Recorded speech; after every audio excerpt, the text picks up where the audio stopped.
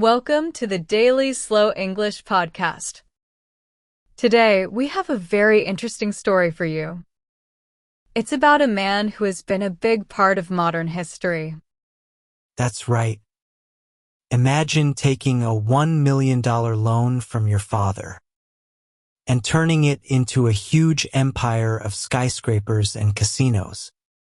Then imagine going from a reality TV star to the President of the United States. This is the incredible story of Donald J. Trump. We will explore his journey from a businessman to one of the most polarizing leaders in the world. This story is fascinating, and you will learn a lot of great English vocabulary. So make sure you listen to the very end. Our story starts on June 14, 1946, in Queens, New York. Donald Trump was the fourth of 5 children. His father, Fred Trump, was a very successful real estate developer. Fred built thousands of homes for middle-class families in New York. His mother, Mary, was a Scottish immigrant. The Trump home was like a training ground. Fred Trump was a workaholic and pushed his children to be killers and kings. He taught them that life was a battle like a jungle. Donald learned from his father's tough way of doing business. He learned to be very competitive and to always try to win. This environment fueled his intense drive to succeed and be noticed. From a young age, Donald was taught that there were only winners and losers.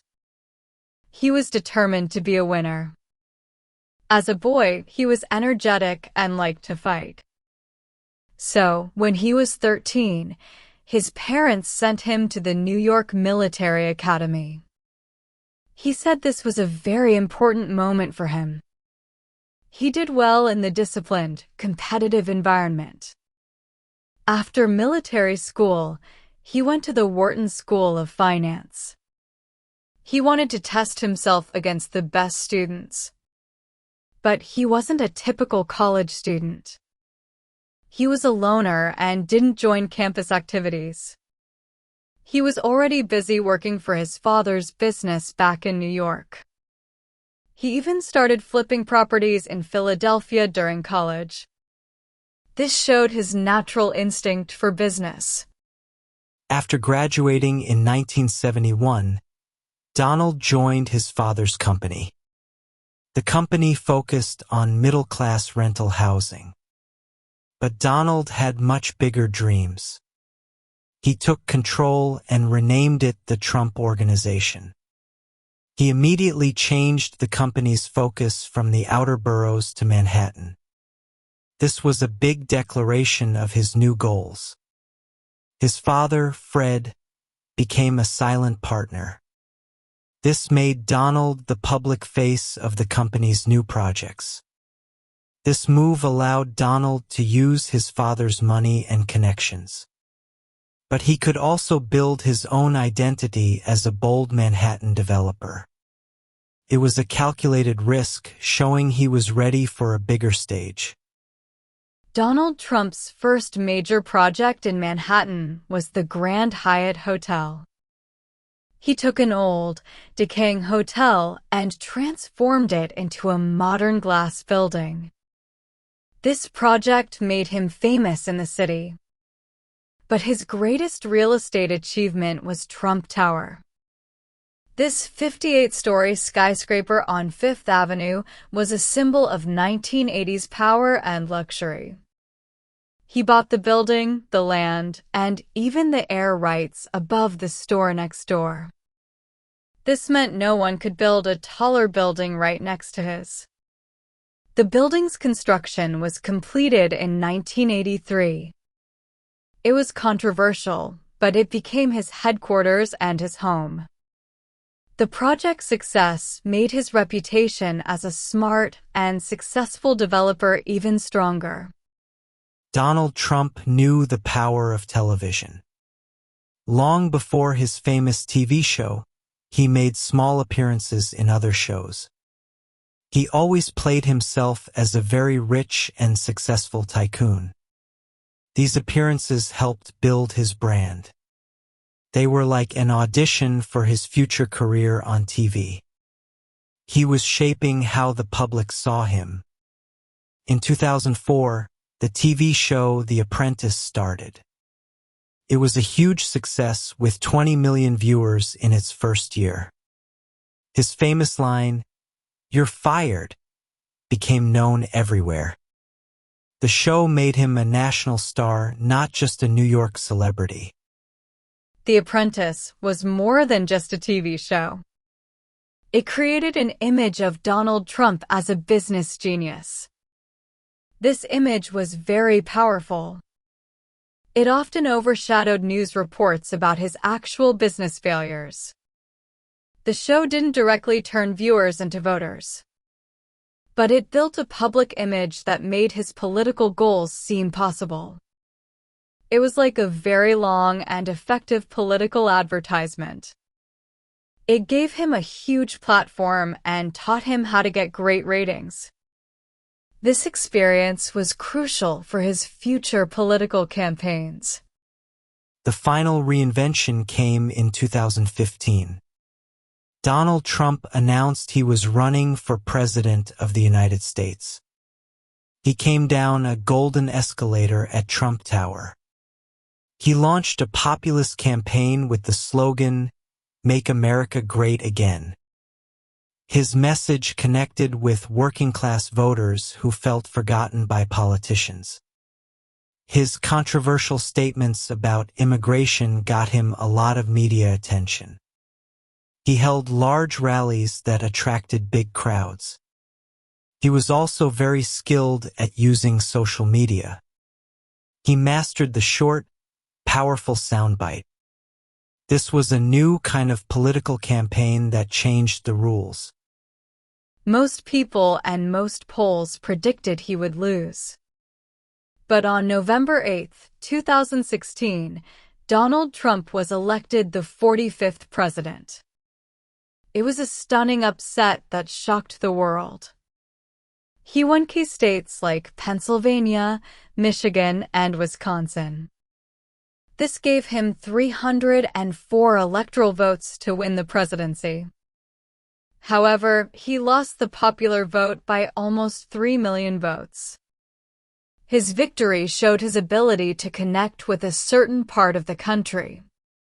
It also created a very polarizing political environment. Despite his image of success, Trump's career had many challenges. He has never filed for personal bankruptcy, but his businesses have declared Chapter 11 bankruptcy 6 times. He argued these were not personal failures. He said they were smart business moves. He was using the country's laws to reduce debt. He once famously said, "I do play with the bankruptcy laws. They're very good for me." For example, his Taj Mahal casino in Atlantic City cost over $1 billion. It went into bankruptcy just a year after it opened. To save it, he gave up 50% ownership to get better loan terms.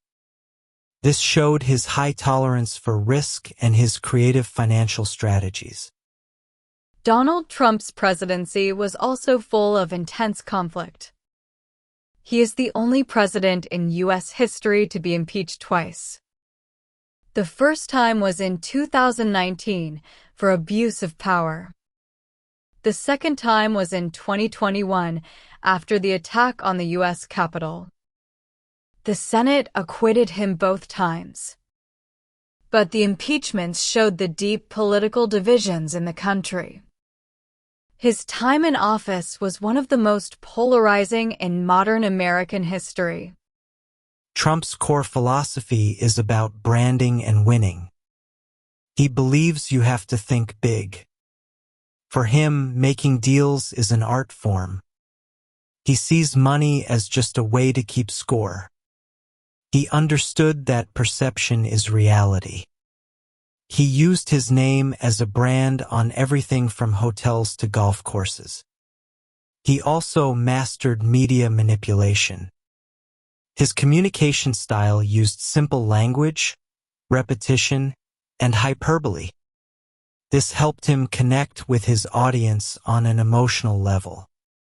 He knew how to get attention, receiving billions of dollars in free media coverage. His political style is often called authoritarian populism. He divides the world into the people versus the elites. He presents himself as the true voice of the majority. This us versus them message was very powerful for his voters. It connected with people who felt left behind by the economy or culture. His use of Twitter was also revolutionary. It allowed him to speak directly to his supporters without the traditional media. He could deliver his message instantly and without any filter. This changed political communication forever. The original text imagines a future scenario, as of 2025.